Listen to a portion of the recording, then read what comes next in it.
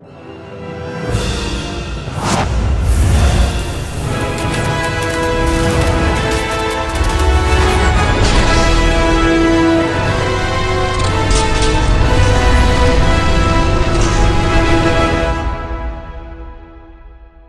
going on, everybody? Welcome back to another video, and in today's video we're going to be talking about the latest installment into the Marvel Cinematic Universe, and that is Ant-Man and the Wasp: Quantumania. Once again directed by Peyton Reed and written by Jeff Loveness, this film once again stars people like Paul Rudd, Evangeline Lilly, Michelle Pfeiffer, Michael Douglas, introduces Catherine Newton, and we dive deeper into Jonathan Majors as Kang the Conqueror. Hey guys, what's going on? Welcome back to another video, and before we get too far into this, I'd like to say a big thanks to you guys for stopping here on the channel, clicking on this video, and checking out my thoughts on Quantumania. As I'm sure you've seen on YouTube, there's a lot of people talking about it this weekend, so I appreciate you taking your time to stop by and hear my thoughts on the movie. This is the third film in the Ant-Man franchise, or now the Ant-Man and the Wasp franchise. Of course, those characters have appeared in other films in the MCU, and yeah, you know, this is the third film in the franchise directed by Peyton Reed. And so yeah, going into this I was excited, and I think the thing I was the most excited about was the fact that we were going to be seeing Jonathan Majors as Kang the Conqueror, a character that was briefly introduced, or at least a variant of him was, in Loki season 1 and the season finale, as we learned that he was the one running the TVA. Now of course, I shall say there will be no spoilers for Quantumania in this video. This will be a spoiler-free review for the brand new film. But yeah, we saw Jonathan Majors make an appearance there as a variant of Kang, and that variant spoke about the very dangerous versions of Kang that are across the multiverse. And then we found out that Kang the Conqueror, the new big bad, the bad who will be essentially the new Thanos moving forward for this next phase, was going to be truly appearing in Ant-Man and the Wasp: Quantumania, which honestly surprised me because Ant-Man is a pretty low tier, hero in terms of threat and the kind of villains that he can fight. And Kang the Conqueror is an incredibly difficult to fight and a much more powerful villain than we've seen in most of the other MCU installments. So to know that he was going to be going toe to toe with Ant-Man, I was very curious to see what they would do. And I'll say this, that I enjoyed how they kept those two characters at odds throughout the course of the film without it having to be your classic hero versus villain punching match, because Kang the Conqueror is incredibly strong, and this film definitely debuts the kind of strength that the Avengers are going to have to face moving forward. But the question that I'm sure all of you have is, what are my thoughts on the movie? Is it good? Did you like it, Anthony?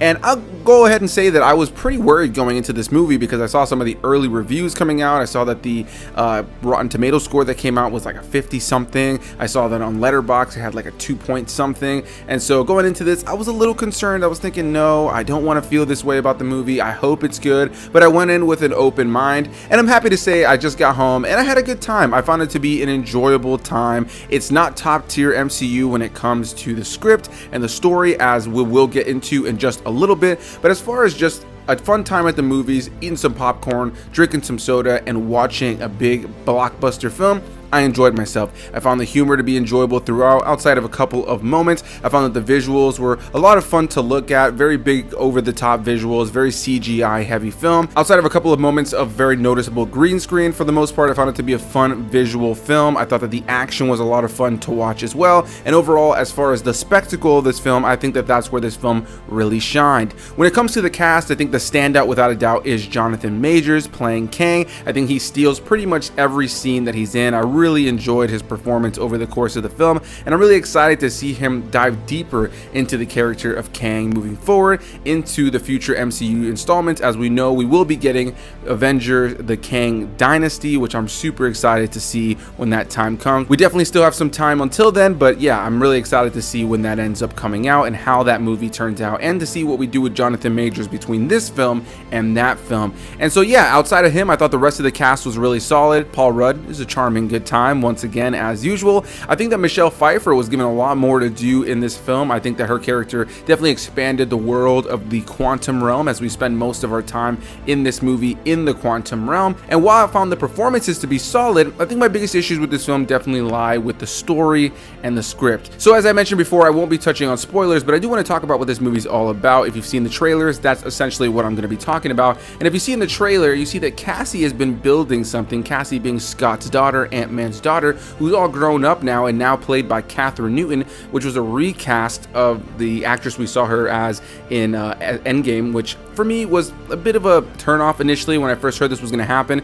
I'm a little bit OCD when it comes to continuity. There are plenty of franchises I love, with Star Wars being my favorite one that has plenty of little continuity errors, so sometimes you just have to look past that when it comes to these big franchises. But when it comes to casting continuities or recastings, that always has been something that kind of bugs me. And so yeah, going into this I thought, I don't know how I feel about Katherine Newton taking on this role just because of continuity, but I thought for the most part she did a fine job in the role. But yeah, going back to what this movie is all about, you have Cassie having built something that can send a signal to the quantum realm, and unfortunately this device ends up sucking the whole gang into the quantum realm, of course, most notably Michelle Pfeiffer, who had already been there for 30 years prior and was rescued at the end of the last Ant-Man and the Wasp, which of course I'm sure she was not very happy to have to go into the quantum realm once again. And once we get there, we start to learn more about this world and learn more about a threat that's down there known as Kang, and Michelle Pfeiffer's character Janet is the one that kind of gives us the exposition dump on that. So I think that Michelle Pfeiffer is given a lot to do in this film, and I think that her performance for the most part was pretty solid throughout the course of the film, and she was definitely one of the highlights when it came to the main characters.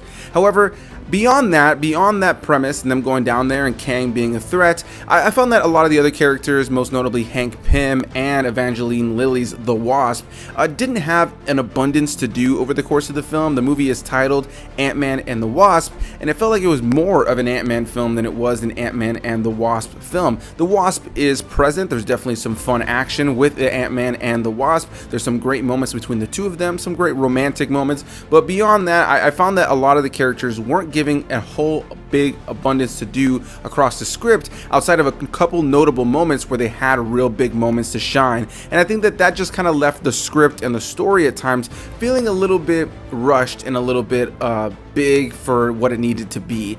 By the time we got to the end of the movie, you ever just sit there and watch a movie and think to yourself, wow, I can't believe we got to the end already. It feels like not enough has happened. That's pretty much how I felt about this movie by the time we got to the end. I thought it was a visual spectacle with a lot of fun visuals. If you know me, you know I'm a huge fan of big fantasy sci-fi, and this film at times reminded me a lot of things we've seen in Guardians of the Galaxies or my favorite franchise, Star Wars, when it came to the visuals, the set design, the costume design, and all the practical effects that were utilized across the film. And I thought that stuff like that was definitely where the film really shined. So visually, I was consistently captivated by just the filmmaking elements that made this film come to life. All the characters in the background, all the costumes, the little creatures and monsters, whether they were CGI or practical, I love that kind of stuff. So I was really engrossed in the film because of the world, and the quantum realm I thought was really expanded upon because of those effects. But beyond that, I think that the movie just suffered in the overall sense of stakes. There are things that happen, there are characters that, you know, have some demise in this film, and at times I never really felt like I fully was emotionally invested in those moments. There's also a couple of moments where I felt like some of the comedy undercut some of the serious moments in the film, and that's where I think that they struggle to balance some of those moments in this film where you really have to feel for what's going on while also being able to have a laugh at the same time. And really my biggest issue is that beyond Ant-Man himself, his daughter Cassie, Michelle Pfeiffer's character, and Jonathan Majors as Kang, I found that the rest of the characters and the side characters we're introduced to in this film weren't given a whole lot to do. I won't get deep into what really happens here, but there is a group of a rebellion, I'll say that. There's a group of freedom fighters in this film who we are introduced to earlier in the film that are fighting against Kang, and those characters appear over the course of the film, and you know, I enjoyed them enough by the time we got to the end and there's a big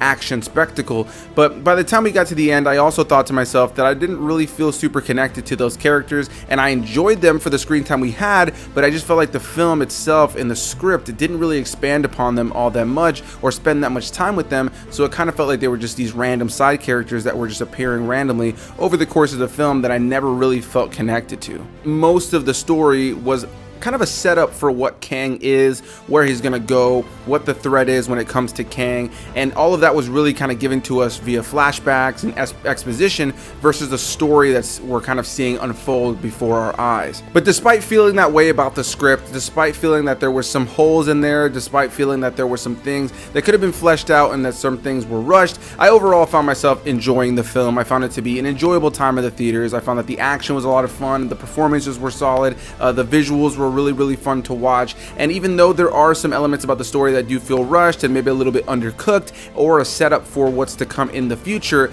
I am excited to see what the MCU has in store. The 2 post-credit scenes that came after this film I thought were really enjoyable and exciting for what's to come, especially the second post-credit scene. I found myself super excited, and the theater that I was sitting there watching the movie with was really enjoying the film as well. There was plenty of applause, there was laughs throughout, there was moments with cheering, and especially the final post-credit scene got a huge applause when that ended at the very end. So overall, I'm really excited to see where the MCU goes moving forward. As usual, as a huge fan of the comics, as a huge fan of these characters, it's just nice to see them diving deeper into certain things and bringing certain characters to life in here. And one character I do want to mention without getting too deep into spoilers, because a lot of the marketing hasn't shown too much of him, is the character of MODOK. I'll leave it at the fact that I enjoyed seeing MODOK finally being brought into the MCU, but I don't know that I necessarily loved exactly how he was utilized. There's some fun comedic moments with the character of MODOK, but MODOK is a villain that I've always wanted to see them bring into live action, and I thought that they could definitely do a lot with, because he has a lot of expansive villain stories in the comic books, and I don't know that I necessarily feel like I loved exactly everything they did with MODOK, even if there were moments that I enjoyed his character throughout the course of the film. I just do wish that they did more with him. So yeah, guys, that's my thoughts on the movie. Definitely want to hear what you guys have to say. Did you like this movie, or are you falling with where a lot of the critics and certain audience members are falling, where they didn't really like the film? I definitely want to hear what you guys have to say, so please hit that like button, comment your thoughts, subscribe for more videos, and definitely let me know what you thought about the movie down below. I'll see you guys in the next one. Bye-bye.